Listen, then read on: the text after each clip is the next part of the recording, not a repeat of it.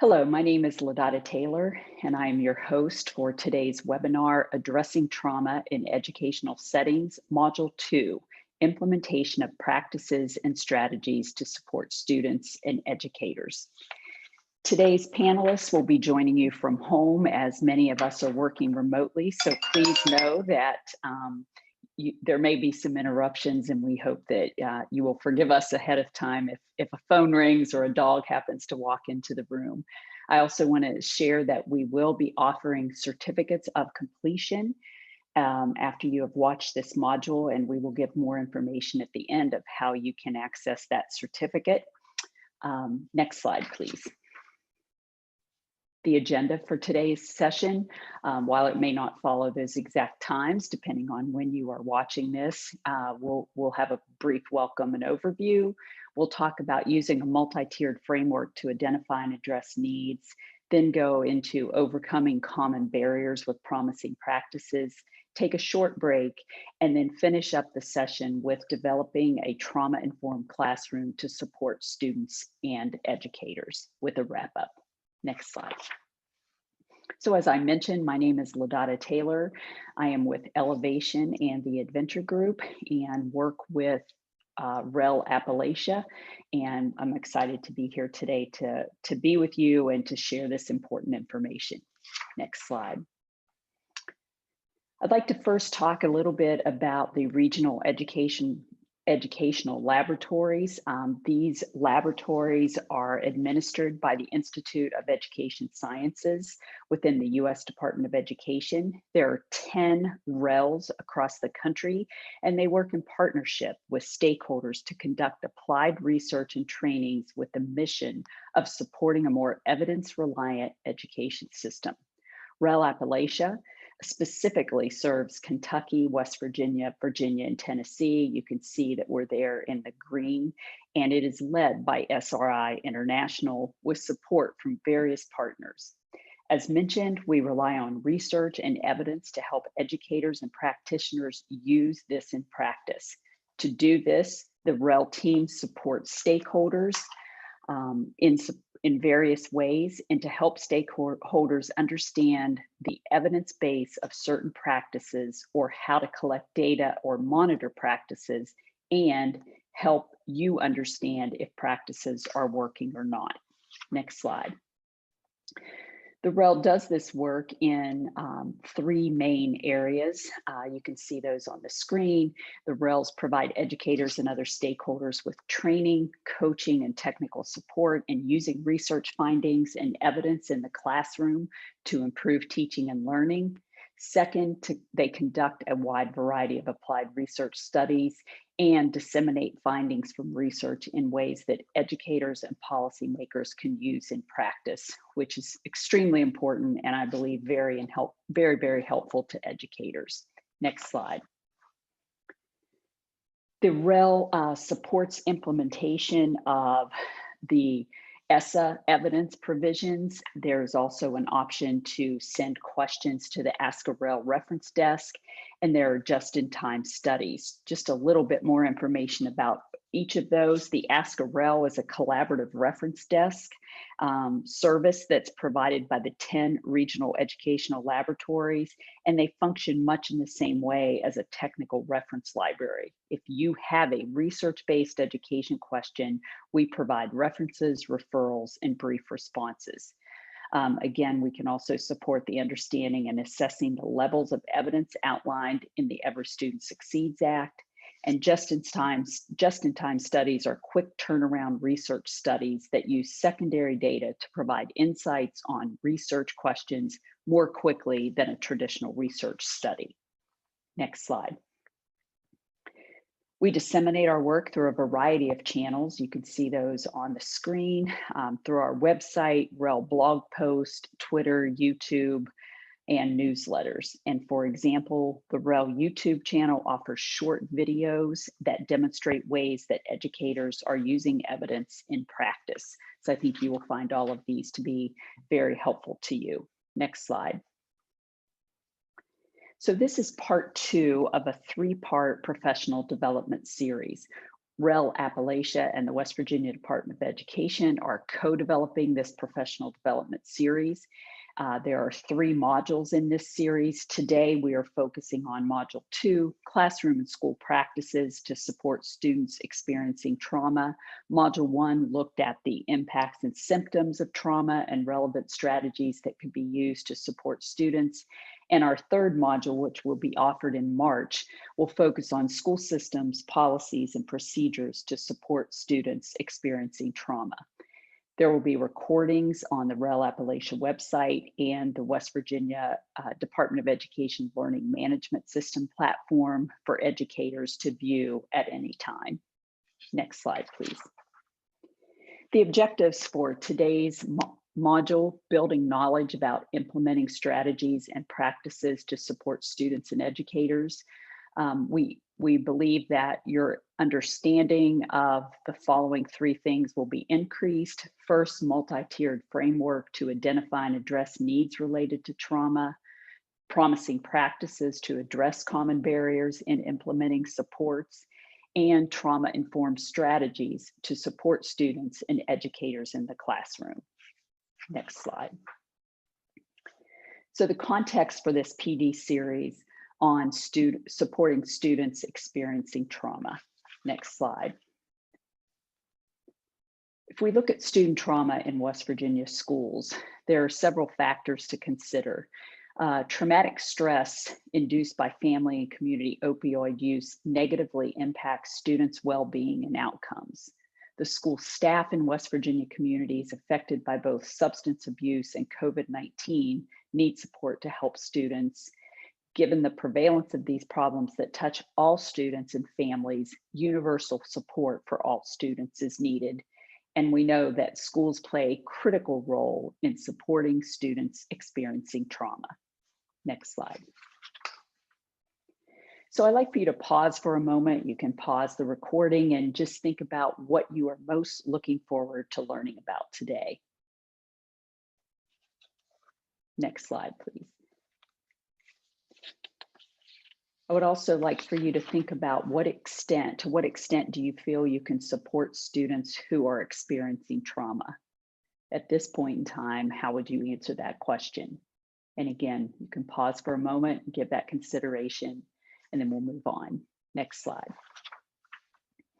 So it is my pleasure to introduce our facilitators for the day. We have Mariana Linz from Marshall University, Conra Lucas Atkins from Marshall University, and Yunsu Park from SRI International.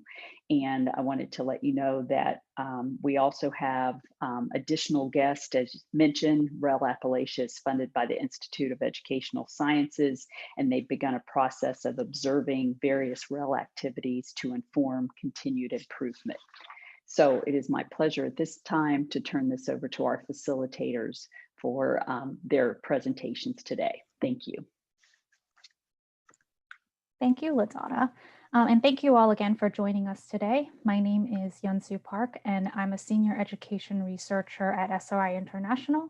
I am a child clinical psychologist by training and have worked extensively with children experiencing trauma. And so this is a topic that I'm very passionate about. So in our Module 1 webinar, we talked about a multi-tiered system of supports, or MTSS framework, to support students. And in this section today, we'll discuss how to use this MTSS framework to identify and address students' needs across the tiers. Next slide. So let's briefly review the 3-tiered approach using this pyramid here. As we move up the pyramid, the intensity of the need and supports increases.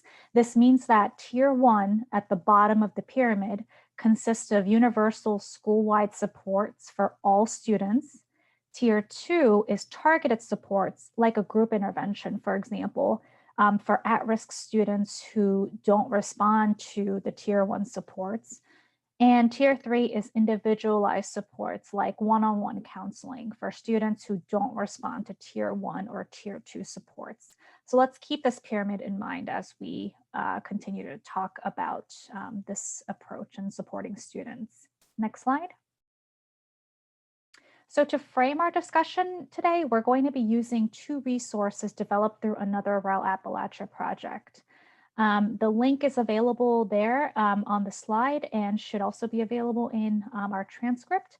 And this first resource, selecting the right interventions to support students' mental health needs, is intended to help you understand what the students' needs are, what resources are available, and how to choose a possible program that's right for your specific school, community, and district. And it outlines three specific steps using a framework adapted from the Substance Abuse and Mental Health Services Administration, or SAMHSA, that we'll go into more detail about. Next slide. So let's take a closer look at the first step, which is to assess the needs of your students.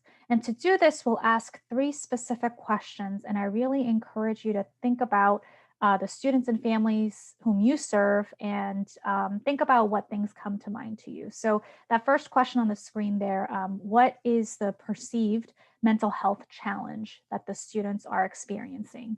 So an example might be increased symptoms of trauma. And again, feel free to think about things that come to mind for you as you think about your own students.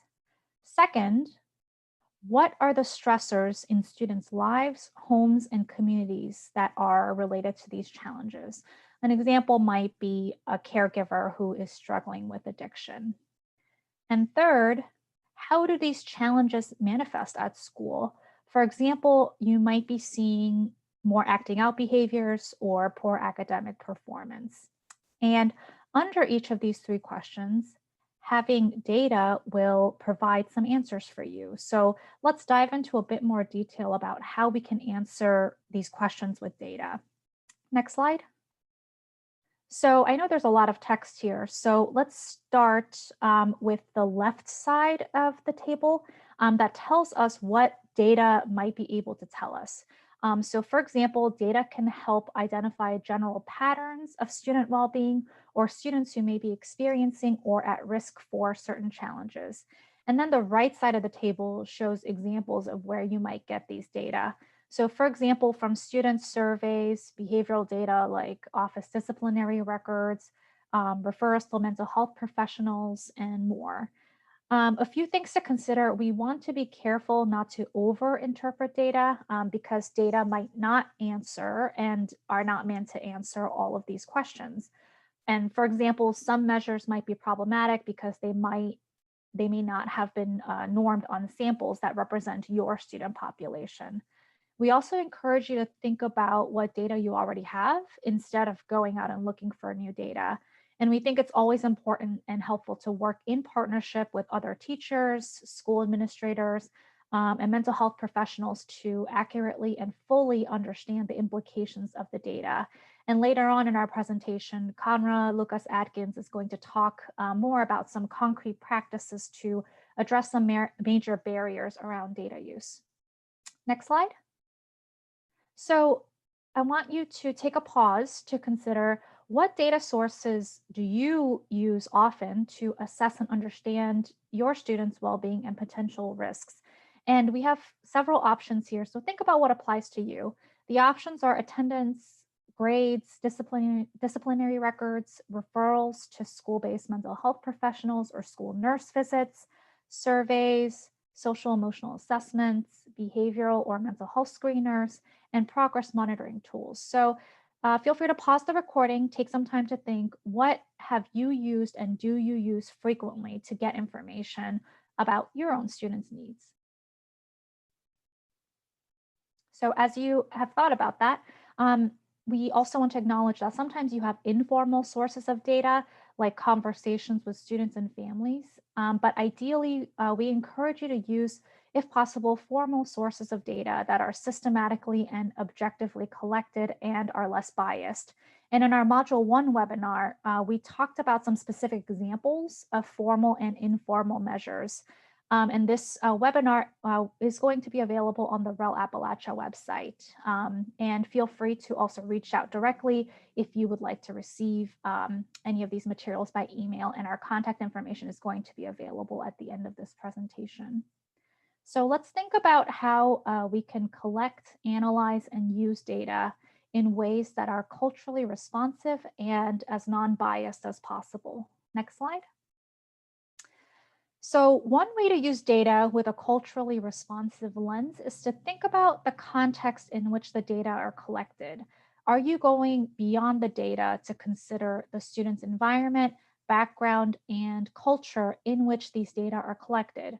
So for example, there are language barriers to consider and cultural beliefs about mental health that may impact how students or families respond in surveys.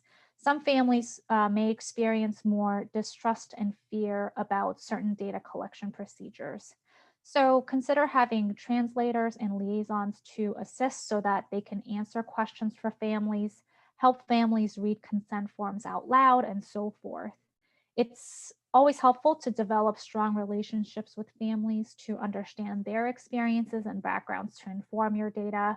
And we know that with COVID, we're thinking about what this means for virtual settings. The online environment can definitely pose a lot of challenges for collecting data, and facilitating breakout rooms with small groups of students can help.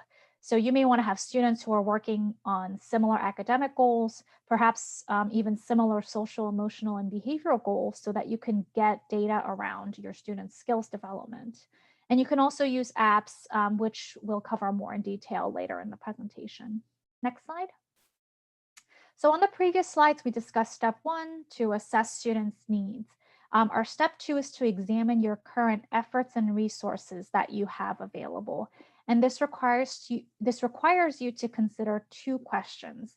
So the first question is what you already have in place to address the needs you identified in the first step. A lot of schools aren't starting from scratch. So before you think about what programs should be added, you want to think about what you already have in place, which will then help you figure out what's missing. You can think about interventions that you have in each tier to think about what might be missing too. So maybe you have very strong tier 2 and 3 interventions for trauma, but less tier 1 programs that build resiliency of all your students. So once you figure out what's missing or what the gaps in services are, the second question, which addresses these bottom 2 boxes, is to assess the resources you have to implement something new. So this might be money or funding to purchase a new program, or staff with certain training to implement a program. And you may want to consider, do you have community partners who can help provide these services? Next slide. You can use resource mapping to identify and evaluate internal and external supports and services so that you're making sure to use the resources efficiently and effectively. Some examples of these resources can include crisis hotlines, recreation programming, housing and food resources, and so forth. And we've also provided links that you can use for resource mapping from School Mental Health and from UCLA. Next slide. So after step 1, assessing student needs, and after step 2, looking at resources, we get to step 3 here to consider possible programs you might implement that fit your needs and context. Here you see 4 questions to think about in this process. So first, what interventions will meet your students' needs and context? For example, if you find that most of the elementary school students are struggling with behavioral issues, are there some appropriate interventions specific for this age group? Second, you want to make sure that you select an intervention that you're able to implement given your existing resources.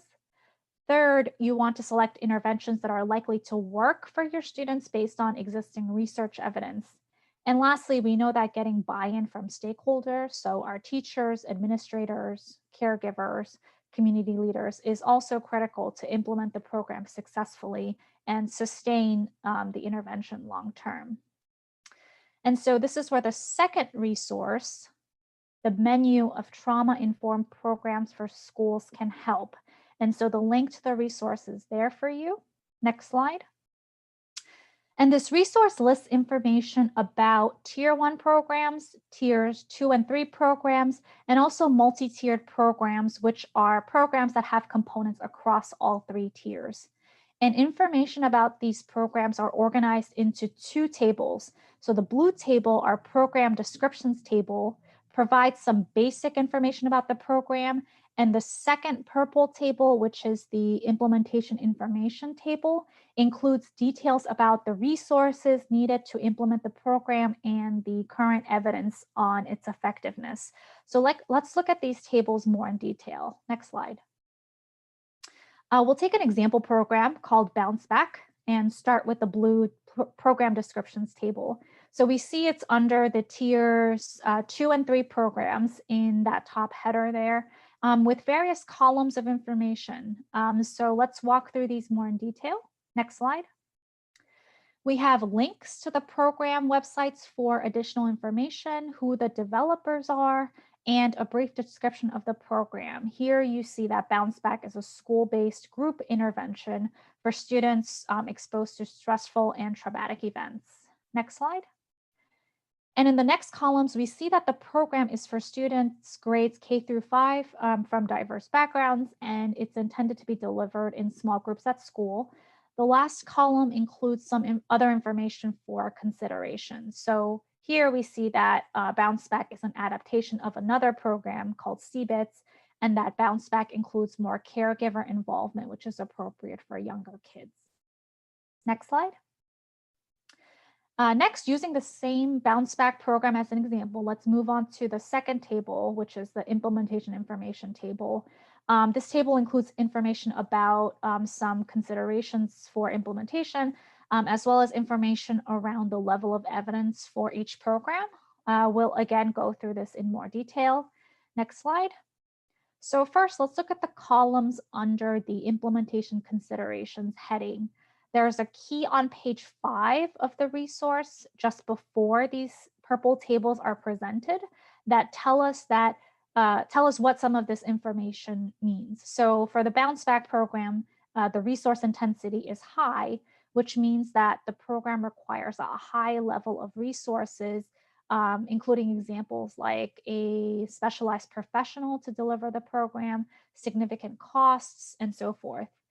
We also see in the second column here who is meant to implement the program. And for this program, we see it requires mental health professionals like school psychologists or school social workers. And there's also information about the professional development or training that's needed to implement the program and the materials that are needed, and also how long the program implementation actually takes. Next slide. There are also 2 columns under the evaluation information heading. So in the level of evidence column, where possible, there are evidence ratings from different ranking systems. So for example, here you see that the Office for Juvenile Justice and Delinquency Prevention, or OJJDP, has ranked Bounce Back as a promising program. We'll discuss what this means in just a second in our next slide. And the last column here, findings, outlines the specific findings or outcomes that are associated with the program from the available studies that we have. Next slide.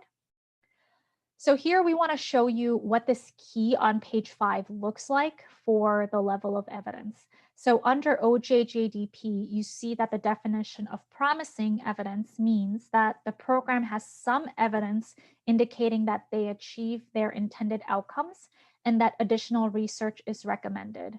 We also need to keep in mind that the level of evidence may change depending on new research studies that are done on these programs. Next slide.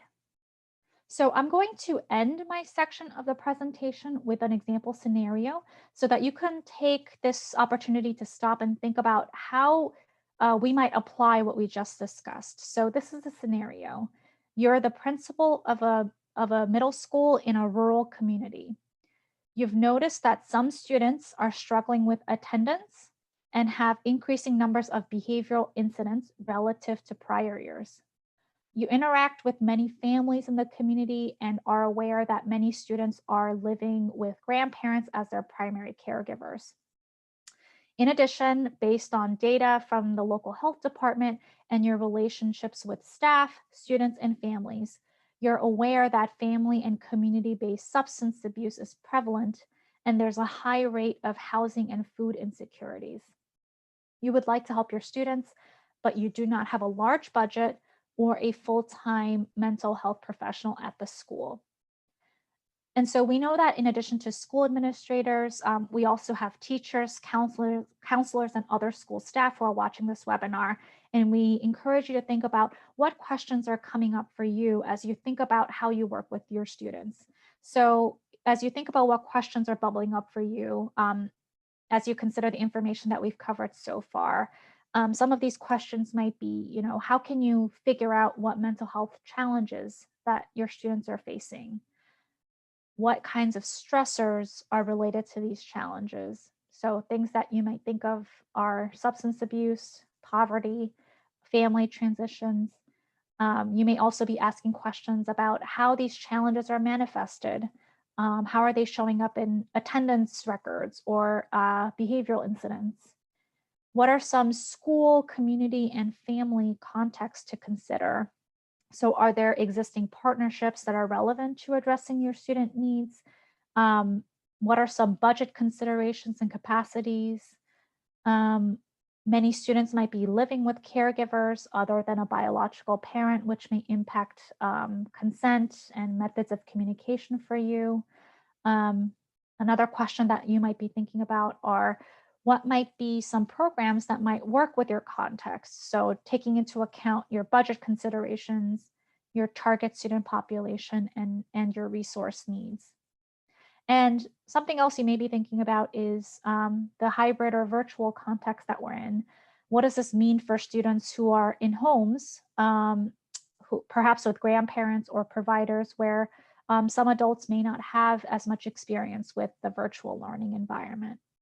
And we also know that students may not have access to the internet in some areas as well. So feel free to pause the recording, think about the scenario, think about the questions you might ask based on the information that we've covered. And we know that even when school staff are asking the right questions, that there are common barriers in implementing supports for students.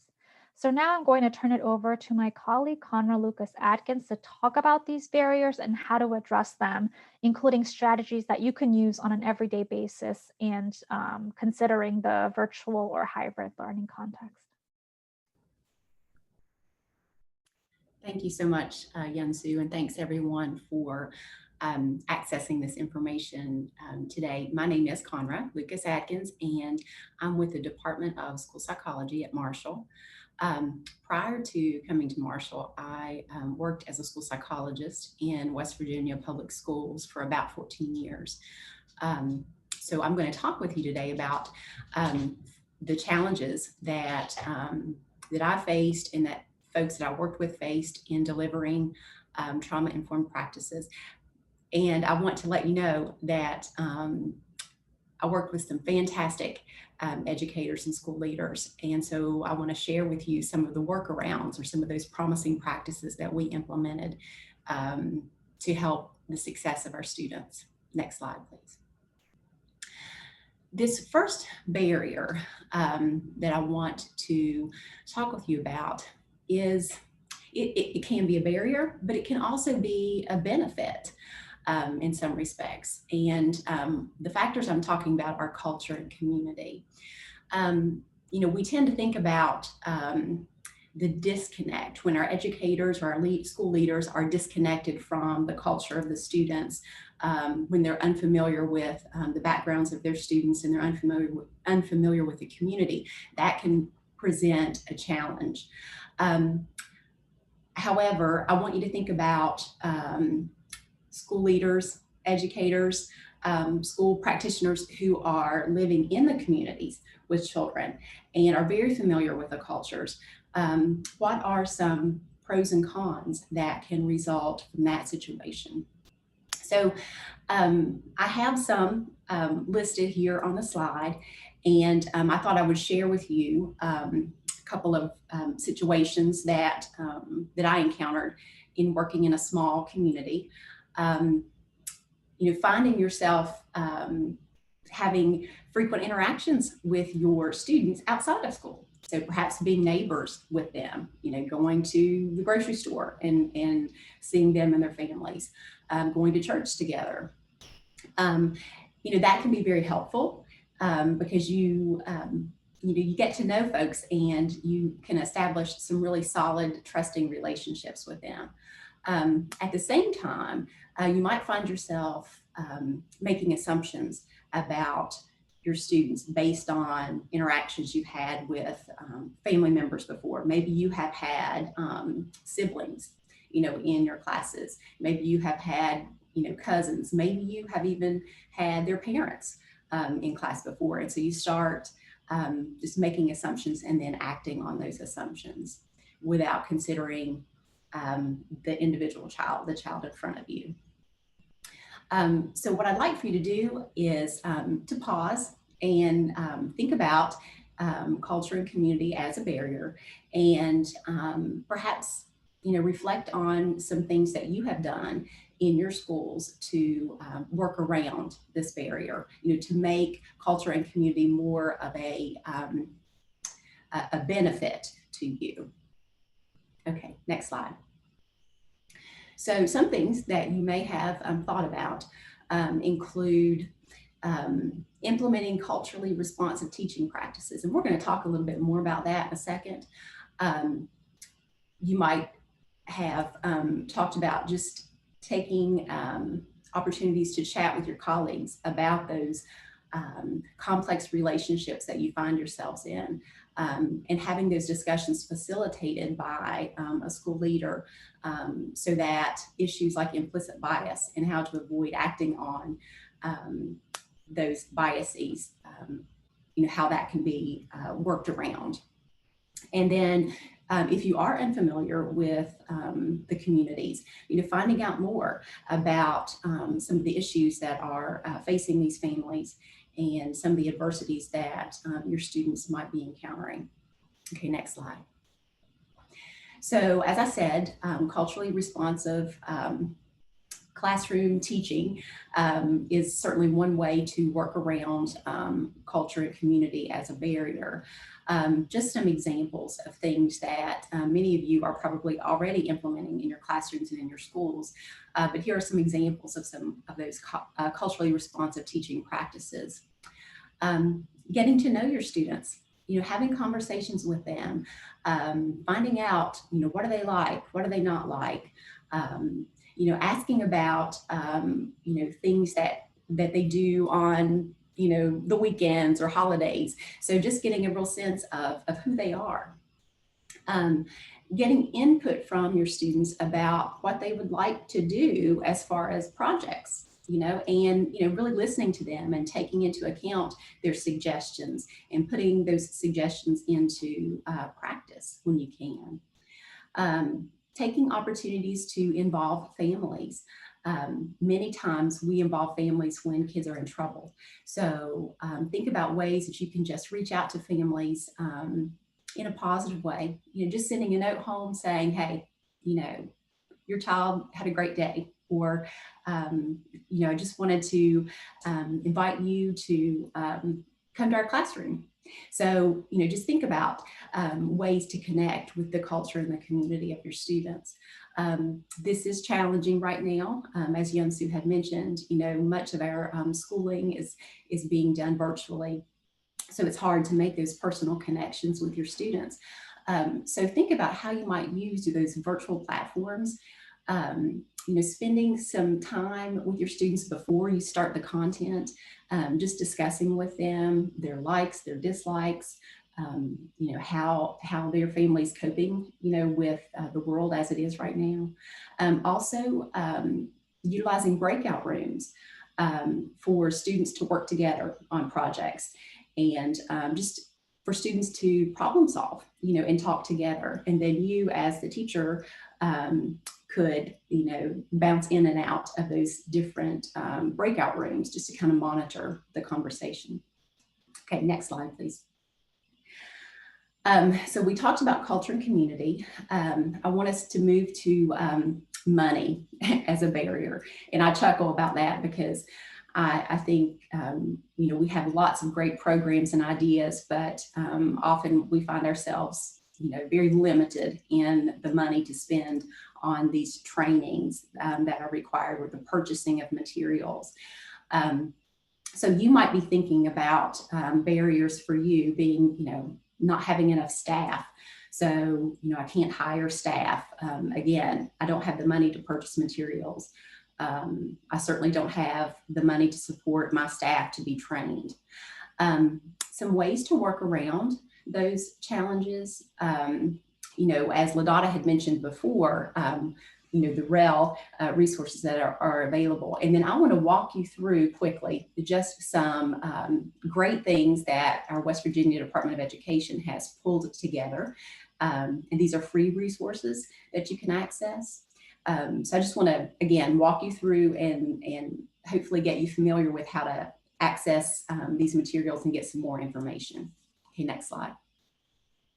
So, as LaDotta had talked about, REL is an excellent resource for accessing information, as well as to find out research, supporting the implementation of programs and practices. I just wanted to show you, a screenshot of what you would see if you would go to the REL Appalachia site. You might select from the menu, Ask a REL. Okay, next slide. So LaDotta explained to you very nicely about what materials that you would be able to access if you selected Ask a REL. And I wanted to point out to you that you do have the option of contacting your REL directly. So if there's a question that you have and you can't find the resources and you want to know more about it, you can certainly reach out and get that information, sent to you to address your specific needs. Okay, next slide. So just to show you something that's available on the Ask a REL site. These are questions that have been asked by other school professionals, and you could click on one of these questions and then you can see the response that REL has provided. These questions are categorized, and I just wanted to show you some questions taken from the behavior and mental health category. Okay, next slide, please. Okay, so I said I wanted to highlight some things that West Virginia has done and has made available to educators and school leaders. Reclaim West Virginia is, a compilation of materials and resources that are geared towards improving behavior and supporting students who have faced traumatic circumstances.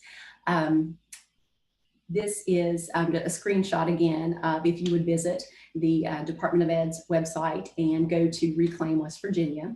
So I wanted to just point out what you could access if you selected the Reclaim Toolkit. Okay, next slide, please. And again, this is just a really quick overview, but some examples of things that you would find in that toolkit include strategies for managing classroom behaviors across all grade levels. And on this slide, I have just some tips for pre-K and elementary age students. I also have an acronym on this slide, and those are some other things that you'll find, some tips and tricks, if you will, for managing behaviors and perhaps preventing problems from escalating, or helping you know what to do in that moment to de-escalate a situation. Okay, next slide. So a third resource that I wanted to make you aware of that is provided for West Virginia educators as a free service. And this is referred to as the Behavior and Mental Health Technical Assistance Center. This center is funded by grants through West Virginia Department of Education. It's housed on Marshall University's campus, the Huntington campus, in the Autism Training Center. This is just a snapshot. If you would visit the website, this is what you would see. Okay, next slide.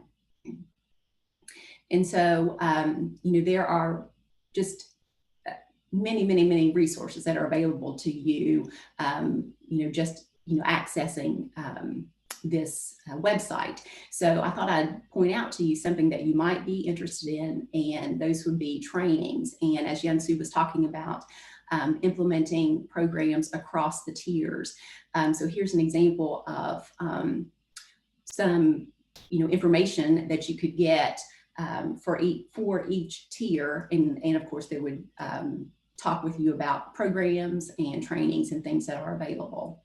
So let's look at that a little closer. Next slide, please. Okay, this is just tier 1. So as you can see with this slide, the trainings that are provided in a variety of formats.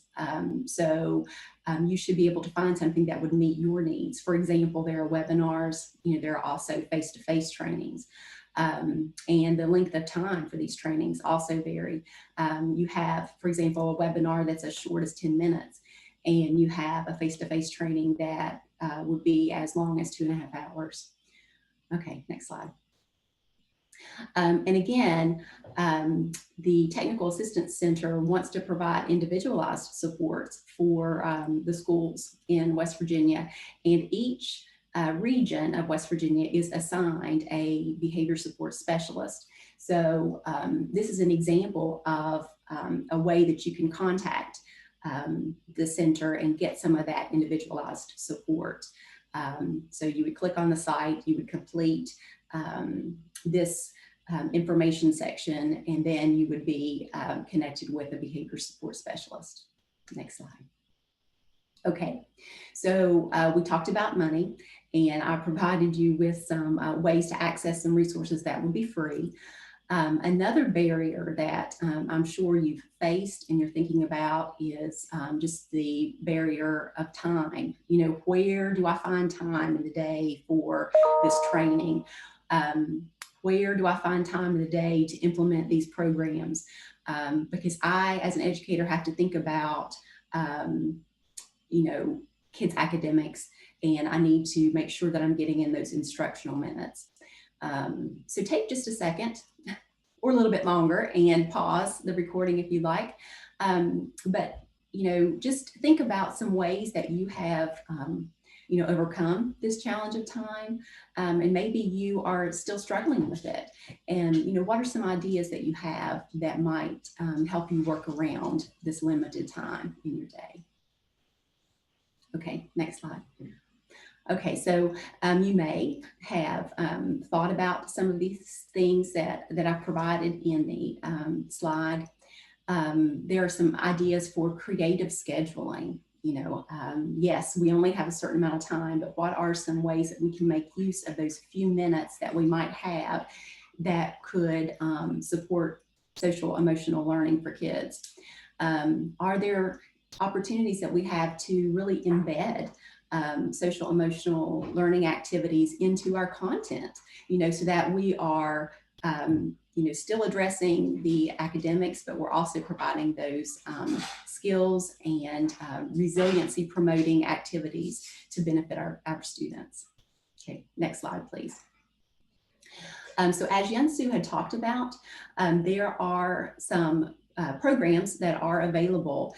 And these two programs Yansu had mentioned, CBITS and Bounce Back, as being evidence-based practices for children who have been exposed to trauma. Now these programs are implemented by the school-based mental health providers.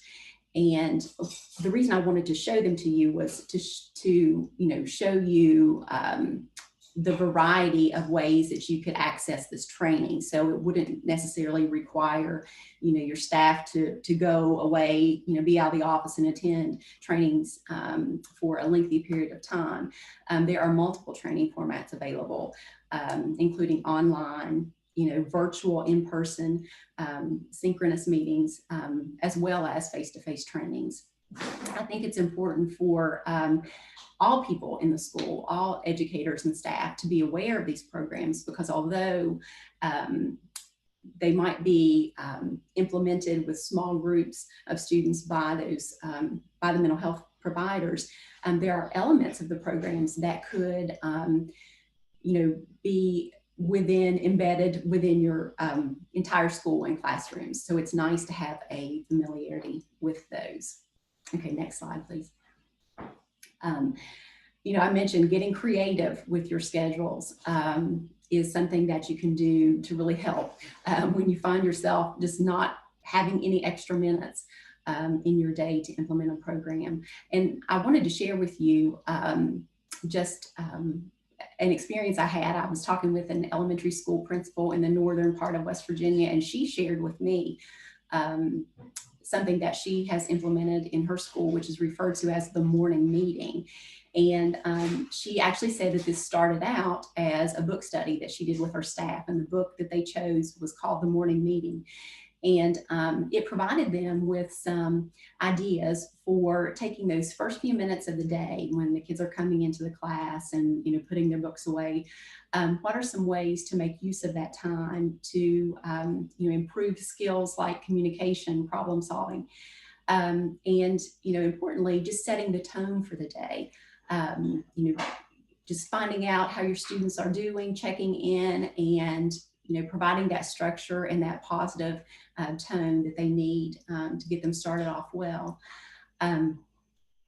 So again, you know, there's more information available at the morning meeting website, and then there's also books that you can access that talk to you more about you know, this way of connecting with your students. I did want to mention to you that what this allows you to do is, you know, take it's just a quick check-in for finding out kids who may be struggling. And, you know, if you find out that there are some kids who seem to be struggling, seem to not be, you know, coming to school, you know, well prepared that day, those might be the children that you red flag and you say, you know, here are some kids who need some extra attention today. So it's just a really nice way to check in. Okay, next slide, please. Definitely, I want to really stress the idea of connecting social emotional learning with academics. And I want to draw your attention to a resource, and that's the Collaborative for Academic, Social, and Emotional Learning. Many of you may know the acronym CASEL, but I took these examples from some teaching strategies that are available from CASEL. And what this resource does, it breaks down different content areas and talks specifically about some things that you can do that will allow you to promote social emotional learning as well as continue with the content that your students need. For example, I have language arts and social studies here as an example. You know, one idea for language arts is you know, when you are teaching grammar and punctuation, subject-verb agreement, selecting text that perhaps includes characters who have faced adversity and overcome it in a positive way. So the kids are, you know, they are still, you know, taking a look and understanding how to punctuate appropriately, but they're getting the social emotional component just from the text itself. In social studies, you might choose to study, you know, historical figures or talk about time periods when there was, you know, a lot of adversities that communities were facing, and then use a timeline to show that although, you know, those issues weren't resolved immediately, there was a positive outcome, you know, after, you know, a period of time.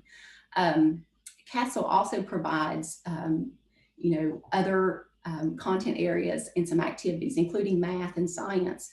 So I just wanted to, you know, end this slide with, you know, mentioning across the content areas, you might think about cooperative learning activities, small group projects. So, you know, these would allow students to work together. You know, they're getting the content that they need, but they're also practicing communication skills and using problem solving skills. Okay, next slide, please. I just wanted to point out a very helpful resource. This is an infographic, and it's available from the Student Behavior blog. And Yun-Soo was actually one of the authors of this infographic. And it's just a reminder of ways that we can embed social emotional learning activities with academics. The one that I wanted to point out to you, it's about midway down the list, it's foster a growth mindset. One way that I found that a teacher had kind of employed this strategy was, listening to my daughter talk about an activity that they did in school. So in her 9th grade English class, they had read, a story, short story, and the theme of that story was post-traumatic growth. So it was how the characters in that story were able to overcome challenges. And that term, post-traumatic growth, was something, that I was not familiar with. I think about post-traumatic stress disorder, but this was just a shift in mindset. So focusing on the strengths and resiliencies of these characters. And, my daughter was surprised, when I said, wow, I've not heard of that post-traumatic growth. And she said, Mom, you're a psychologist, I thought you would know something about this. So, I just think that was a really awesome way that a teacher was able to embed some needed skills into the academic areas. Okay, next slide, please. So lastly, I wanted to address data collection and use. Yun-Soo was talking about the importance of data, the importance of collecting data and thinking about what it means and using it to make sure that you are aligning kids with the supports that they need, as well as keeping track of their progress. When we mention this data collection and data interpretation, it can seem burdensome. Again, we might think about, where do we find the time to do this? Who's going to, collect the data? Who's going to analyze it? And then sometimes if we rely on quantitative data, for example, just looking at the numbers of absences, just looking at the out-of-school suspension data, if we just look at those numbers, we don't get the full story. We don't know the why. So, we're not able to really address, the issues because we're just looking at the numbers. Another issue with barrier that can present a challenge to us is, what if we find significant problems? What if we identify children who have some clinically significant internalizing problems, depression and anxiety? What do we do? And even when we are looking at our data and we see these externalizing behavior problems, for example, we see lots of office discipline referrals for bullying. What do we do about that? So I wanted to share with you just some ideas. And these are things that you have probably thought about. You may have implemented some of these practices already, but I just want you to think about these as a way to help with that data collection and data interpretation. Okay, next slide. So working together as a team, and Yun-Soo had mentioned this, and it's so important. So not only do you want to think about, okay, how can I collect my classroom data, but just thinking about how can you team with other folks in the school to take a look at that data and to make sense of it. I just can't emphasize more, the importance of, working together with your colleagues and making sure that the data you collect has some meaning, for you.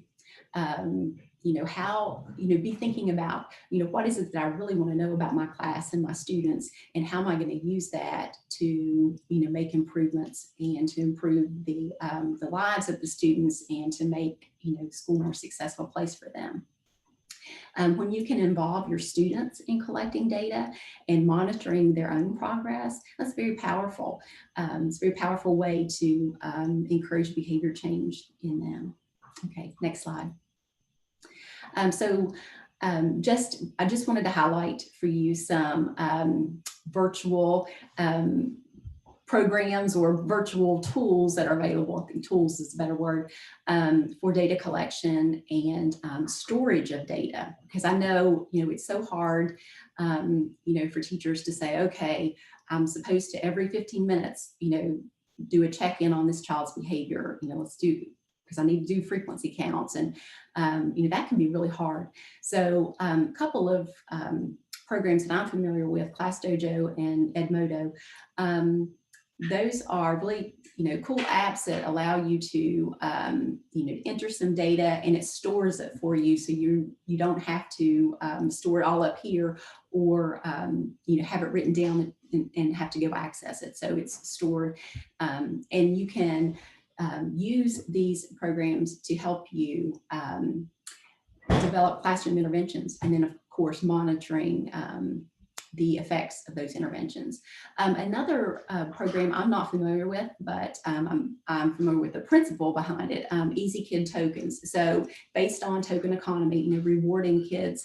And so this is just a virtual way of providing reinforcement for students. Okay, next slide. So now I'm going to turn things back over to Yunsu, and we're going to take a short break. All right, thank you, Conra. So now we'll go ahead and take a short break. Next slide. And we want to provide you all with the option to pause and engage with us in a deep breathing exercise. We know that this was a lot of information to take in, and we encourage you to either engage in this exercise with us or use any other method for you to take a much needed break. So first, try to find a quiet, comfortable place to sit or lie down. Feel free to close your eyes. And go ahead and take a normal breath in and out. Now we'll try a deep breath. Go ahead and put one hand on your stomach, just below your ribs, and the other hand on your chest. Now breathe in slowly and deeply through your nose. And as you fill your lungs, your belly should push your hand out and your chest should not move. And now exhale slowly through your mouth or nose, if that feels more natural to you, keeping your jaw relaxed. Notice your hand on your stomach go back in and use it to push all the air out. And now let's repeat. Inhale slowly, fill your lungs. Feel your belly expand. Then exhale slowly. Keep your jaw relaxed. Feel your belly come back in slowly. Let's repeat. Inhale slowly. Fill your lungs with air. Feel your belly expanding. Then exhale slowly. Keep your jaw relaxed. Feel your belly come back in slowly.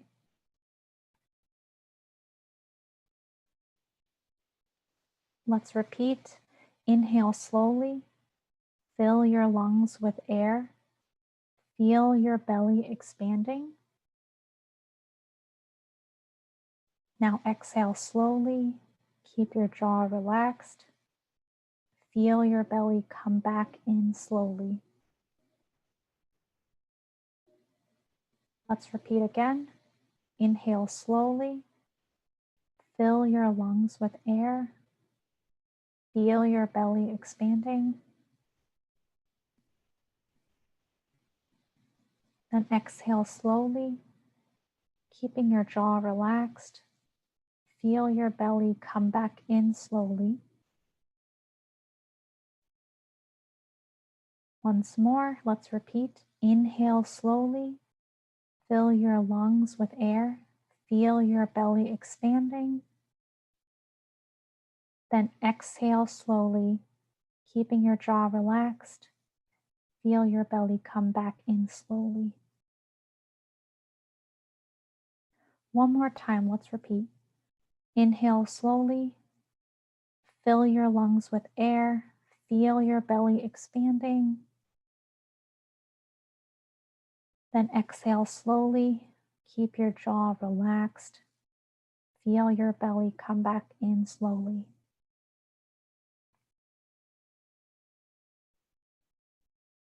You can feel free to open your eyes, notice and reflect on how you're feeling, and we encourage you to consider adding in a few minutes into your day to deep breathe alone, with your colleagues, or with your students.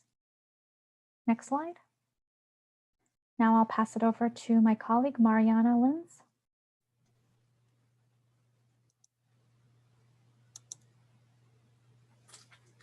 Thank you, Yunsu. My name is Mariana Lins. I'm with the Psychology Department at Marshall University, and Yunsu and I are going to share with you some information on developing a trauma-informed classroom that supports both students and teachers. So the previous sections kind of talked about program delivery, and what we're going to talk about now is what we can do on a day-to-day basis in our classrooms to support students, and also to highlight some step-by-step strategies that can be used sort of in those more heated and intense moments to manage classroom behavior. Next slide, please. We're going to kind of pull the lens back and talk a bit about some guiding principles for trauma-informed care. What you see on the slide are 6 principles that are laid out by the Substance Abuse Mental Health Services Administration, and we're going to consider those in turn. Next slide, please. So we're going to kind of look at those strategies or those big picture items in chunks. And the first 3 we want to start with is thinking about safety, trustworthiness, and transparency. One of the things about trauma and those experiences is it truly threatens the very essence of safety that children feel. And that's very sad, because we really want kids to have that sort of inherent sense of safety. It's what allows them to explore the environment and learn from all those wonderful things that they can experience that are new out there in the environment. So what I want you to do is kind of get a picture in your head of your classroom space, and we're going to kind of take a mental walk through classroom spaces. When we talk about a safe, sort of transparent and trustworthy environment, think first of all about the physical space. What are the sight lines like? What can kids see? Is it likely that they're going to be surprised by someone sort of sneaking up on them? Or is the classroom more open where they can see what's going on in different spaces? Are there places for them to get away, to have some time to decompress on their own without being told to? So that they can relax and regroup and then come back to the learning experience. A lot of times we think about younger children and the safety of the space and the consistency of the space, but older kids, middle school kids and high school kids need it too. And sometimes just the consistency of the space becomes really important, little things we don't think about. I remember one teacher talking about a high school student in her biology class. She just had like a picture of, I'm going to date myself, Sylvester the cat. It was a cartoon character, just sort of hanging on the wall. She had almost forgotten about it. And one day she was cleaning and she took it down, didn't put it back up. And one of her students immediately upon coming into the classroom, where's Sylvester? You know, why did you take Sylvester down? So sometimes little things, because their environment is so chaotic, the consistency of our environment can really give them a sense of safety. So think about what we can see in the classroom. Can we lay eyes on everyone? Can we meet the eyes of those kids that need to see us? And can they see us and feel that we're attending to them? Think about the trustworthiness and transparency of your environment. What's the language like? What's the messaging like? When we talk about consequences to behavior or to missed assignments or things that don't get done in quite the right way, are they supportive consequences that teach, as opposed to being punitive ones that may be more threatening and more disheartening to students? So thinking about how we deliver those messages of support that both let them know you're doing the things that we need to be doing, but then also letting them know when they're not, that we feel like they can and we want to support them in those attempts. Also think about transitions. Transitions are big in any classroom, and we think about them a lot in preschool classrooms. For younger kids, we really want to minimize the number of transitions. And even for older kids, again, think about those middle school and high school kids. rather than teaching right up to the bell and having that frantic race out to the door to get to the next thing, taking some time at the end and planning to say, okay, let's recap what we did. Let's think about where you're going next. Maybe sharing a light moment, a calming moment, maybe even doing like we just did, some deep breathing and belly breathing to kind of get reoriented to what's coming next. Can be really helpful to kids of all ages. I know one teacher who was taught first grade who would sort of have kids regroup before they transition to any new activity and just take some deep breaths and get very quiet. So I think it's very important to think about how we're transmitting that sense of safety. And in the online environment, with so much of our instruction right now being virtual, we always think of a student who's at home being in a safe environment because home conjures up that notion of safety. But we all know that sometimes children are in different situations at home, situations that are tense, that are uncomfortable, that can be chaotic because the economy is difficult or jobs are tough or there's stress in the family. So minding that online environment in terms of our tone and our ability to engage, looking at all of our little blocks of faces and making sure that we're calling each name at least once or twice during various sessions in the day, so that children know that they're seen and that they're heard, and that they feel that sense of, I may be at home, but I'm connected to this person who is with me in that classroom. Okay, next slide, please. Okay. What I want us to do before we move on to the next visual is to think about a question for a moment. Think about that virtual environment. What are some things that we can be doing to help children that are in that virtual environment feel safe? How do we convey rules of engagement so that they don't shut down because they're afraid they're going to talk over top of somebody?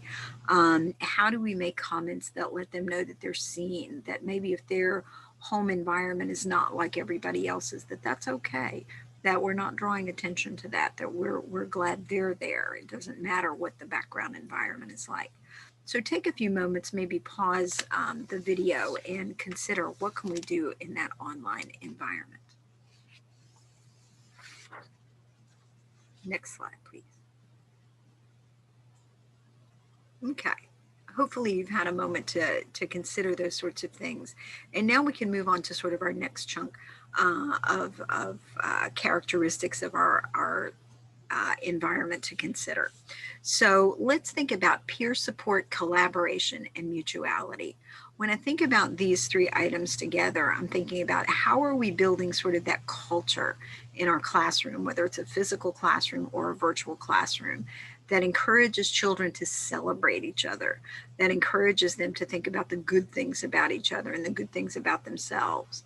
So we need to think about, how do we model that? How can we creatively use small groups that rotate so that they don't get too cliquey? Sometimes that will happen, so that children learn to appreciate diversity, but there's still a sense of consistency.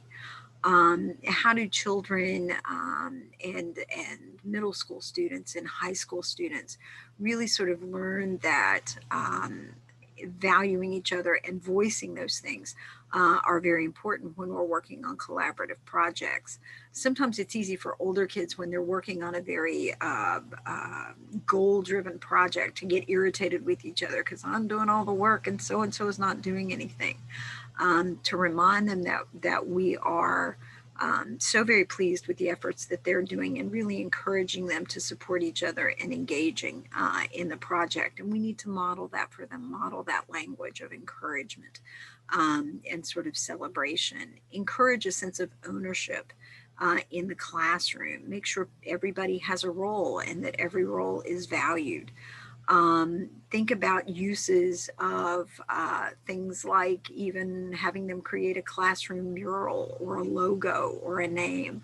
I can remember way back in the olden days when I was in high school having a biology class where we really sort of created this little culture and actually had a name for our classroom and a name for the group that was in there. And it created this sense of belonging, and every kid, regardless of skill, was a member of that group and felt a sense of connectedness and ownership.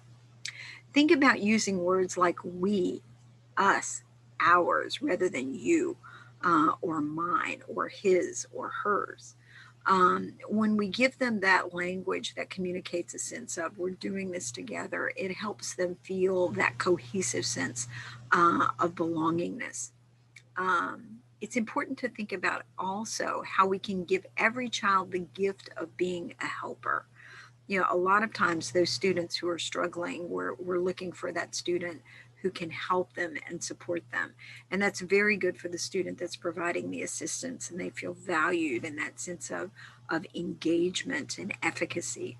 But we also want to think about that child who struggles. They have gifts to bring too. They have ways that they can help in the classroom, and making sure that they have the opportunity to be the helper as well as the helpee can be very important. We also have those kids in the classroom that are just so very good at knowing when that classmate needs a little extra support or a little extra positive regard or a smile, or if we're letting them choose partners, making sure that they choose those kids that need that extra support. Make sure we let them know that we see that.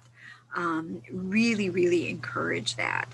And speaking of choosing groups, making sure that when groups are chosen, that it doesn't become a situation where some kids feel unsupported. Sometimes we need to assign rather than allow choosing to make sure that that environment remains collaborative and mutual. We also want to be careful about competition. Competition can be a great way to encourage kids to work hard and move ahead, but it also can be that situation where kids don't quite understand that sometimes their celebration of their own achievement may leave other children feeling a little bit disheartened. And so encouraging kids to do well and do their best and valuing each child for doing their best is important. And there's a story that I like to share that highlights this. There was a teacher that brought in this big basket of like fruits and candy and all these things and said, okay, we're going to have this race, and whoever wins is going to get this basket to share with their friends.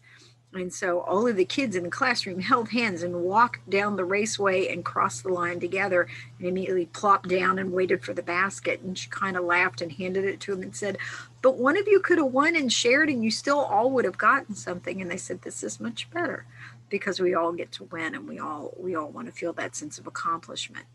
And again, it's not the case that we want to give kids that sense of everybody wins and nothing is distinguished.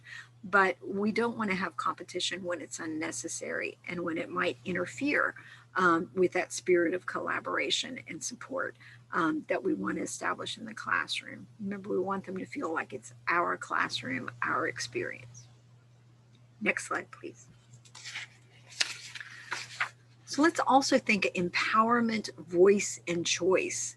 How do we give students options? How do we teach them to trust their instincts and their decisions and their plan for moving forward in a project? Think about giving students options for engagement by determining how they complete their work, what order they do tasks in. Give kids the opportunity to put themselves in different character shoes. If it's older kids and you're teaching history or literature, say, okay, let's pretend that you're this character or that you were at this point in time. What would you do? How do you think that would work out? Consider when you're doing high stakes, high stress assignments, how important is that? And if it is, give kids a voice or some control of how those assignments are done. Create excitement about the process. And yes, let them see how that process led to product, but really focus on the choices that they make and the decisions and plans that they make for accomplishing goals. Remember that you're going to have some kids in your classroom who are in environments that are chaotic, that lack resources, that don't get the opportunity to choose very often. And those kids can come across to us as indecisive, even disengaged. We sort of offer them options and they give us this look like, I don't care, whatever, or pick for me.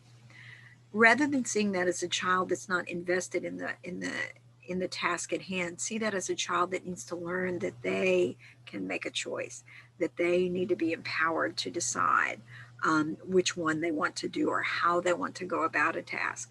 And sometimes they almost get immobilized by, but what if I choose incorrectly? Letting them know it's okay. We all make mistakes when we make choices. That's how we learn. So when they do make a choice that doesn't lead quite to the outcome, saying, that's okay. That was your best shot. Let's go, let's step back. Let's rewind. Let's undo. What do we want to try different next time? And let them know that that's the way we learn. There's an approach called guided participation, where the idea is the way we engage in culturally based learning is we encourage kids to participate in a task that's a little beyond their reach, and we support them. And as they get better, we kind of remove the supports, and pretty soon they're doing it themselves. It's sort of like, how do you learn to ride that bike before you take the training wheels off? Somebody's got to hold you, and then they got to know when to let go. So thinking about those kinds of things in the classroom, and then really letting the child know that you value and appreciate and are proud of the way that they've used their voice and made their choices, because many children in trauma environments don't get that opportunity. Next slide, please. Cultural, historical, and gender issues.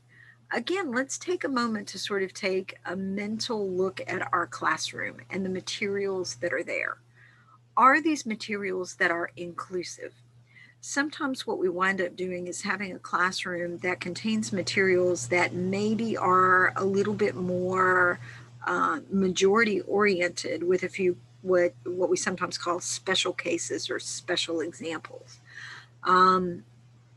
Try to make that move, or think about, what can I do in the classroom, rather than treating different cultural and other types of issues as special cases, but how can I create an environment that says all of this is part of our culture, every piece of it, and even though some of it may be more common than others, it's still all equally important and valuable.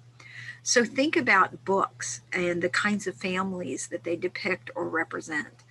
Do we have a diversity of books that show a diversity of families? Are we using language that lets kids know that we realize that some of them may be living with moms, some may be living with dads, some may have two moms, two dads, some may have one mom, one dad, some people may be living with grandparents or maybe in adoptive homes, that we're using language that lets them know the people who take care of you, the people who who really love you, that we're using language that conveys that sense of inclusiveness and lets them know that we recognize there's all different kinds of families. At different points in time, students that we have are figuring out their own gender and their gender identity and how they feel about that. So making sure that we're using language and materials that are sensitive to that kind of exploration and those kinds of questions that children may have, that don't inadvertently give them the message that what they may be thinking and feeling is somehow wrong. Because we want them to be comfortable exploring and learning who they are and creating who they are. And the best way to do that is to have an environment that has materials that are inclusive, and that we use language that is also inclusive, and stressing that we can be the same and different at the same time. And that's kind of the way we are as people. And that's a good thing. Next slide, please. Finally, a note about avoiding re-traumatization. And I always kind of cringe a little bit when I use that word, because none of us set off to deliberately re-traumatize anyone. We don't want to create those situations, but we do know that there can be sort of hidden triggers in the environment that we may not be aware of, that can create stress and stress reactions and those meltdowns that occur in the classroom. And Yunsu is going to be talking about some strategies for handling those moments when that inadvertently happens. But if we're thinking about really creating that environment that is consistent and transparent and communicates a sense of safety, will reduce the number of trauma triggers.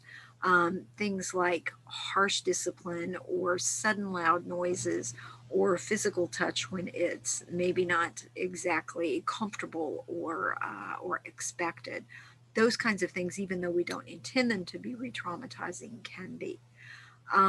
It's important for us to check in both visually and verbally with our students, no matter their age, at least once or twice during a classroom session, so that we know how everybody's doing and what their stress level is, that we watch for those little indicators, those balled up fists, those deep sighs that indicates I'm kind of getting to my limit, or that look when they catch our eye that says I'm not doing okay. So making sure that we're checking in with them and noticing those kinds of changes. We need to find our own style of calm but firm. We're not going to get upset when things are not going the right way, but we're also going to make sure that we take steps to get everybody back on track, because that creates a sense of consistency and safety in the environment as well. There's some wonderful resources, one that's available through the Tennessee Department of Education and another that's available through the National Center on Safe and Supportive Learning Environments that you'll see highlighted there. And they have some wonderful suggestions for how to think about your environment in a way that limits that re-traumatization. Next slide, please. And so finally, just real quickly, there's an acronym to keep in mind that comes from parent-child interaction therapy called PRIDE. When we praise children, label the praise. So rather than saying, good job, tell them, what did you like about that? I love the way you used red in that. Wow, you got 10 more problems done on Rocket Math than you did last time. That's excellent. Or I like the way, you know, that didn't quite work out when you tried that experiment, but I'm glad you got in there and gave it a shot, because that's what it's all about. That's how we learn. Reflect. Think about what your students said and reflect back to them that you heard them. Don't parrot back what they say, but let them know through your paraphrasing that you heard them. Imitate. Show them that their ideas are valued. If they're doing something, do it with them. I always say I have to be careful about words that I use, because I instantly make them uncool when I use language that particularly my college students use. But it does let students know that they are valued when we imitate things that they say and do. Show me how to do that. Describe what they're doing. Oh, I see that you were going to do this before you do this. Good for you. Because that means I see you and I see that you're engaged. And then enjoy. Express enthusiasm and enjoyment in the interactions. You know you were out sick a couple of days. I really missed you. I'm glad you're back. The classroom is just more complete when you're here. Letting them know they were missed, letting them know they were there is very important. Next slide, please. And so finally, just to leave you with a poem that you may have seen before, about a kid who wakes up and has all of these things in their very trying environment to do just to get into the classroom.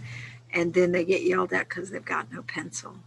Remember that kids come to us with all different kinds of tools in their toolkits and all different kinds of glasses that they see the world through. So imagine if you come into the classroom very proud of all the blue and red crayons you've got in your box, but your teacher wants a colorful rainbow and you just don't have it. Let's think about how we create those moments of learning for students, so that rather than us disciplining for the tools that they haven't yet acquired, that we create that supportive environment that helps them acquire the tools that they need. So I'm going to turn it over now to Yunsu, my colleague, who is now going to share with you some specific strategies that can be done in the environment to deal with those more trying behaviors. Thank you, Mariana. So Mariana has reviewed really helpful ways that teachers can develop trauma-informed classrooms and interact with students in supportive and positive ways. We've heard from educators that they especially struggle to know what to do when a student has a meltdown that may be trauma-related. And so in this section, we want to discuss what educators can do in these moments. Next slide. We'll use another REL Appalachia resource to frame this discussion, and you see the link there to the resource. This is the Common Trauma Symptoms in Students and Helpful Strategies for Educators handout. The front of the handout, which is what you see on the left, lists some common trauma symptoms that educators see, and the back of the handout, which you see on the right, outlines specific strategies for working with students who may exhibit trauma symptoms in the classroom. Next slide. So in the front, the common trauma symptoms are grouped into the following categories. We have physical, cognitive, social and emotional, language and communication, and learning. And in each of these groups, you will see some specific example symptoms. So for example, under the physical category, you may see more headaches and stomach aches in students, getting extremely startled or not startled at all by things like school bells or physical touch or contact. You may also see some increased activity levels, like a student who struggles to remain seated during class. Next slide.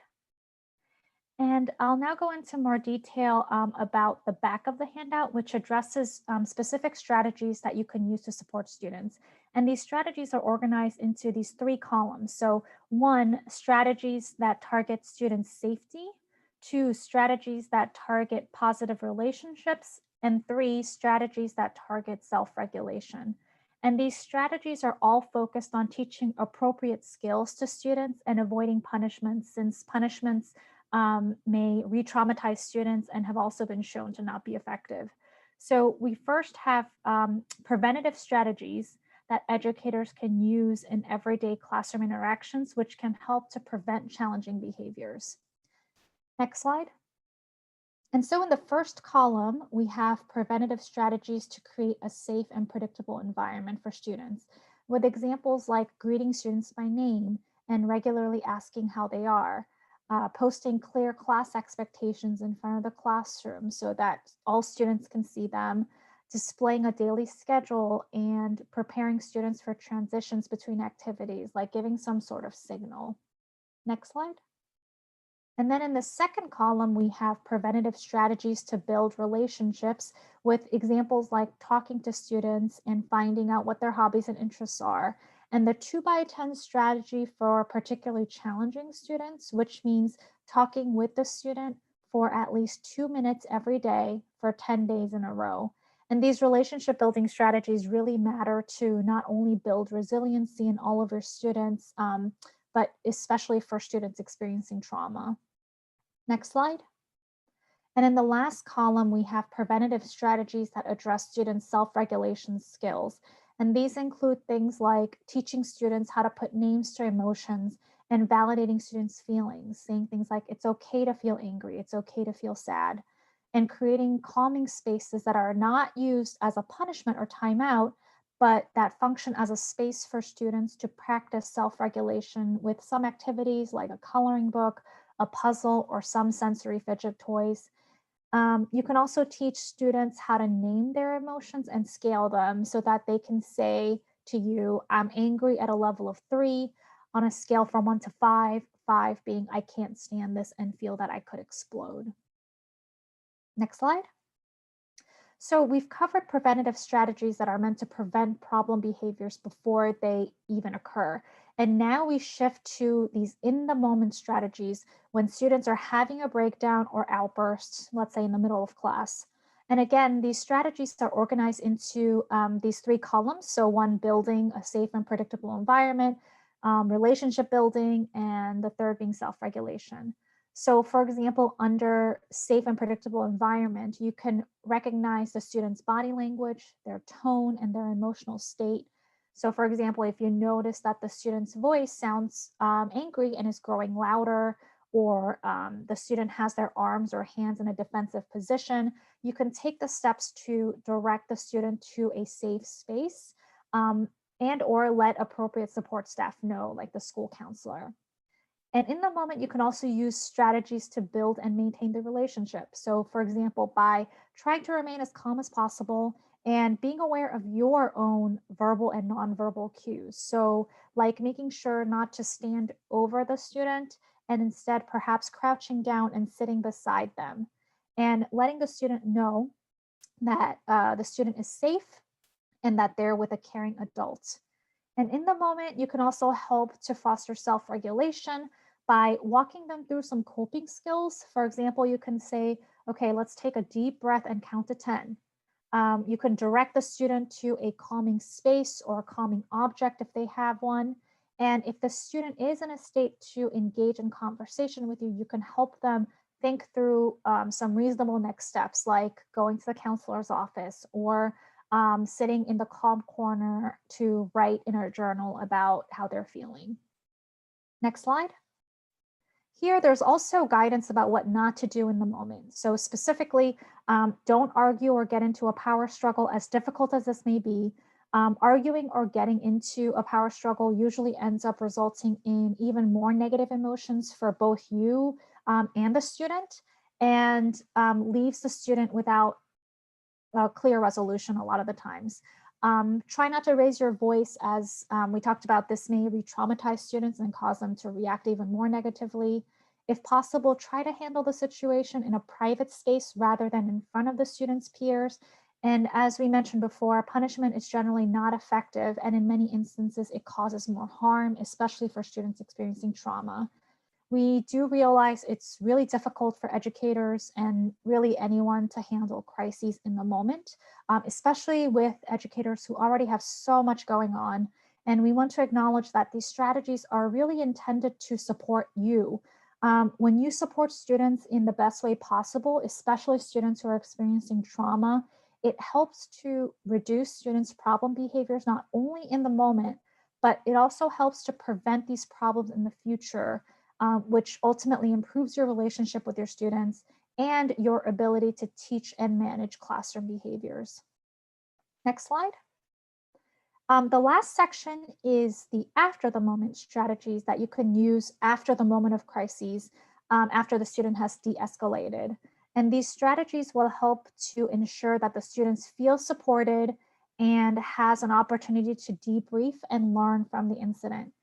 You can provide students with a safe place to talk about what happened and help them engage in a dialogue. And this dialogue can include praise for any positive skills that they used during the crisis. So, telling the student, I really like how you practice your deep breathing when you were having your, difficult moment. Conversations about what the student can do if the situation happens again.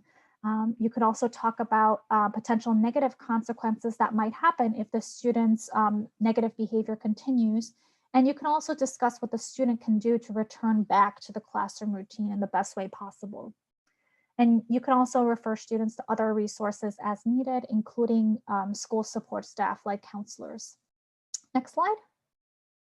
So with COVID-19, your students may have experienced and continue to experience increased trauma or different types of trauma while they may not physically be attending school. And given the virtual and hybrid learning context with the pandemic, this add-on resource also provides some preventative strategies for you to virtually support your students. And the link is there for your reference.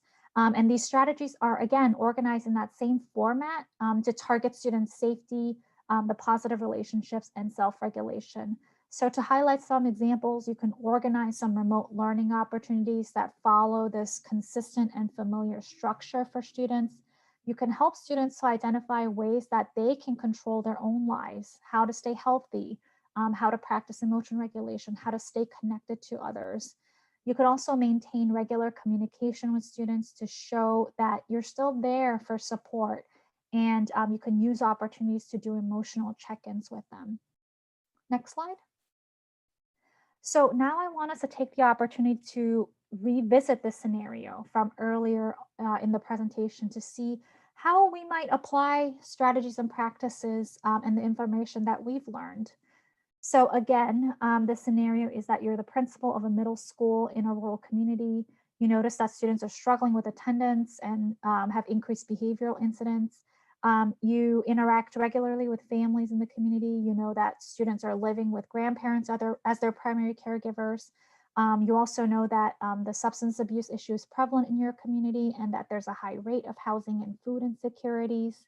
So given how we've talked about these common barriers and how to address these barriers in supporting your students and how to develop trauma-sensitive classrooms and how to react in the moment, think about what questions or solutions or challenges are coming to mind for you now as this principal. Think about how you would change or continue your interactions with students, how you would continue or change how you engage with students virtually. think about if you would be interested in collecting or referring to other sources of data. Maybe you're also thinking about how to involve parents and caregivers in your work. And another question that we encourage you to think about is how can you make sure that you're taking care of yourself? If you're the principal, how you're taking care of yourself and your staff. So as we think about that question, feel free to pause the recording. I'm going to turn it over to Mariana again, and she'll talk a bit more about how to address this important topic of self-care and caring for yourself.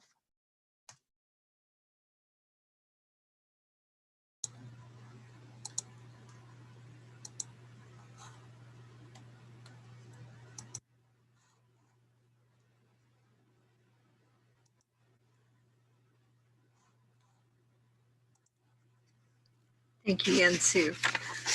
Okay, we're going to take just a few minutes to talk a little bit about how do we take care of us, how do we take care of ourselves, how do we make sure that we're being protective of our own mental health and our own physical health. We've covered a lot of really big topics today, and so I think it's really important for us to think about things like how stressed have you been feeling as school has started to reopen a bit? Where are those stresses coming from? Where's that sense of anxiety coming from? How are you feeling right now? So take a few moments and just think about those kinds of things. Where is the source of stress for you, and how have you been thinking about that? Maybe even take a couple of minutes and think about how have you been coping with that? What's been helpful? So maybe stop the video and really give that some specific thought right now. Next slide, please. So what we have on the slide are some common symptoms of what we call vicarious trauma. Vicarious trauma can occur because we're trying to respond to the needs of individuals who are experiencing trauma themselves, and that can get very, very difficult. Also with the pandemic and the concerns about the health and safety of people that are very close to us, those all create situations where we can get overwhelmed, and it takes a physical toll as well as a social and emotional toll. So taking a look at some of these symptoms, things like feeling confused. I remember one teacher sort of took me aside very quietly and said, you know what, I'm afraid and she was very serious, I'm afraid I have dementia and I'm really, really young, but I cannot remember things and I can't complete tasks. I don't know what's going on. And the more we talked, of course, I encouraged her to follow up with her physician and talk about her concerns. But there was so much going on in her classroom, so many needs she was trying to respond to with the kids that are in her classroom, and other stressors that yes, it's hard to focus. Remember, it all has impact on us as well. So sometimes that's confusion. We have a tough time making decisions. We might even notice that we're not sleeping well, that we feel achy all the time. Some people think I'm coming down with something, I just ache all the time. We may even find that we get ill more often because it takes a toll on our immune system. Things we used to like to do, we don't like to do them anymore. We don't have the energy. When you notice these things, that's your body's way of telling you, I need a break, I need some care, and we need to think about how we do that for ourselves. Next slide, please. When we talk about self-care, very often we talk about that occasional day off when I'm overwhelmed and so burnt out I can't move. I'm going to scold you just a little bit. That's not self-care, that's a day off. Self-care is a balance in our lives between the demands of others and the care we take for ourselves. So it's a lifestyle, it's not an event. So we need to think about, are we being reflective? Are we checking in with ourselves? We've just spent a lot of time talking about the need to check in with kids. Are we checking in with ourselves and taking stock of what's going on with us personally? Are we protecting our personal space? As teachers, I know that's a challenge for you, because I know that there's those times when you're like, but I just want to call this one parent, or I just want to prepare this one lesson, or I just want to stop by the store and pick up this poster board and this and this and this. I just.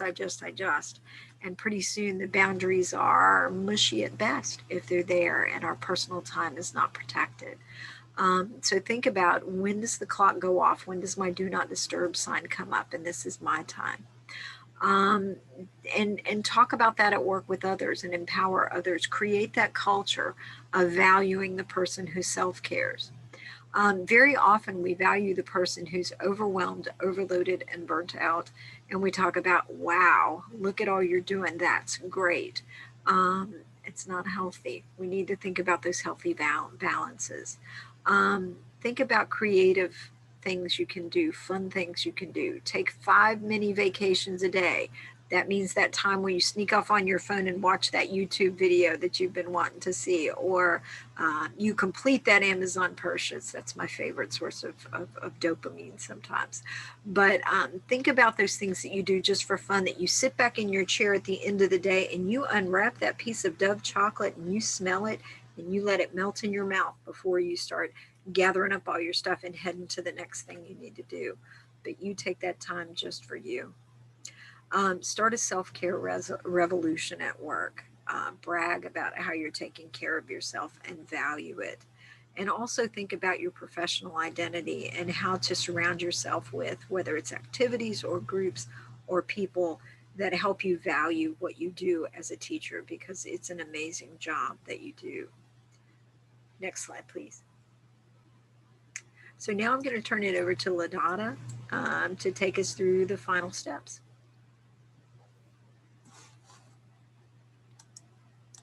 Thank you, Mariana, and thanks to all of our facilitators. I think that this information is extremely helpful across the board for students, for schools, for us as individuals, and we appreciate you sharing your expertise, and certainly REL Appalachia for bringing this opportunity to all of us. Next slide. So I would like for you to think, what information that you heard about today was new or most helpful for you. And be thinking about what types of things you'd like to learn more about. Were there things that were surprising to you? Do you still have questions? What things have you learned today that you want to share with colleagues? So I encourage you to pause the recording and jot these items down while they're fresh in your mind, so that you can continue to implement the content that you've learned about today, but also share it with others and continue to ask questions on this very important topic. Next slide. So when we do live sessions, we always ask for input on our sessions. So we do what's something called a stakeholder feedback survey, and we hope that you will be able to join us in the future for one of our live sessions, so that you will be able to provide your feedback to us directly through this survey. It's very important to us that we provide information that is meaningful and helpful to you, and feel free to reach out to us if you still have questions or any concerns or need additional information. As a reminder, there will be the option to have a certificate of completion for watching this webinar and participating. And also there will be office hours for future sessions that are held live, so that if you wanted to join those as we continue this series and join us during an office hour time period, you can ask questions, specific questions that pertain to your situation, and our experts will be happy to talk with you and brainstorm on ways that you can handle certain situations. If you are interested in the certificate of completion, you need to simply email me and ask for that information, and I'll send you that certificate approved by the director of our REL. My email is lydotta@levition.com, and I'll be able to get back to you quickly and get you that certificate of completion. Next slide, please. We would like to thank you for joining us today. If you have questions, feel free to send those to my email or to others that are connected with this presentation. We are happy to provide feedback and assist you in any way possible. We appreciate your time and look forward to having you join us for either a live event in the future or another recorded event as we continue through REL Appalachia to provide resources to assist you. Next slide. So thank you again. Here are additional ways that you can reach out to us, the IES website, and for REL Appalachia, Yunsu's email address, and then also our Twitter account. We appreciate your time and hope that you found this to be meaningful and helpful to you. Thank you very much.